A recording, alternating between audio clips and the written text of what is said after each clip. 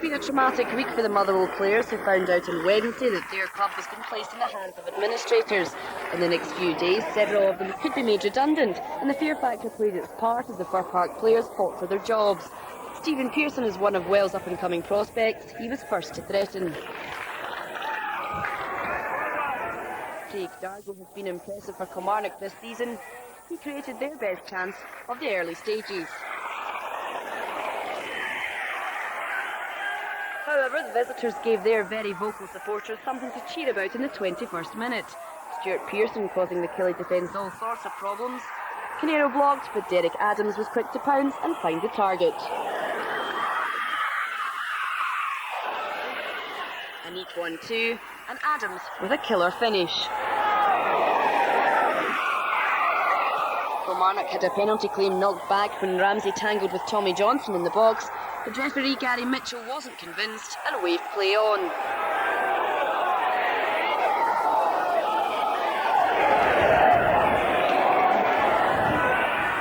But minutes into the second half, the balance was restored when Dindaloo toppled Ferrer, but once again, play continued. Jim Jeffrey's side finally got the goal they were searching for in the 68th minute. Tommy Johnson connecting perfectly with Peter Canero's cross.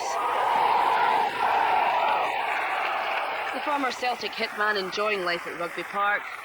A decent strike, but the Killie celebrations were not to last long. For just a couple of minutes after the leveller, Motherwell regained their advantage.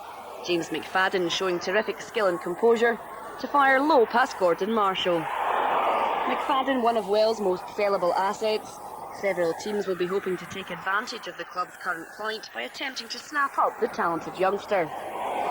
And just 2 minutes later, Motherwell increased their lead in style. McFadden playing a wonderful through ball to Pearson, who placed the ball at the feet of Stuart Elliott. Incredible to think that this is the same side that lost 4-0 to Hibs at Easter Road last week. A very classy goal from very desperate players. At this stage, Killie were in kamikaze defending mode and fell to pieces again straight after the restart. Once again, precision passing by McFadden, Stephen Pearson heading home, although two of his teammates could also have got in the act. Shocking marking from Killie, 4-1 well the final score. And there were emotional scenes at the end as the players, some of whom could pick up their P45 instead of a win bonus, thanked their support for backing them through what has been a traumatic week all round. I said before the game that they have to not play for anybody else but themselves, and give themselves a good performance and show to themselves that they can play. I think they've had I know they've had an extremely tortuous time over the last few days, but they put that all to the back of their minds and really came out all guns blazing and gave the fantastic support that we had. You know, a lot to cheer about. That support has been coming away and watching us lose 4-1 and lose heavily. We lost here on our last visit, and you know, it's great for them as well that we've put on a good display and scored some goals and could have scored more. I think the confusion has given them a sort of added edge of determination. Well, you put yourself in their shoes. You know, they see the administrator on Tuesday.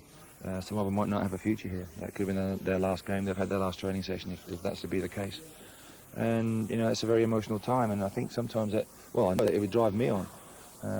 It would make me say, right, I'm going to go out there and give everything I can, because there might be somebody watching. There might be somebody who would feel that I could do a job for them if I am to be released by the club. And you know, you never know where your future's going to lie. So you know, I think the players were playing for their future today, and you know, I think they passed with flying colours. Everybody's uncertain over their future, so everybody's out trying to enjoy the while we can, because no one knows what's going to happen with them. Somebody told me that it was 69 minutes we equalised and 74 minutes we were 4-1 down, so just a crazy spell. But the defenders have got to take their up for that, because it was shocking defending and they totally switched off. Obviously, events off the field have given you some incentive. Well, I mean, the lads, it's up to us, you know, to stick together and be professional, which I think we've done. And we went out there and there's a lot of proud people, you know, in the changing room, and we went out there with our nice sleeves today, and things turned out quite well. You were all pretty much playing for your livelihoods, weren't you? Well, you could say that, but you know, they may already be decided. We obviously don't know. You know, we're in the dark about that. So maybe today might have some impact, maybe it won't. Who knows?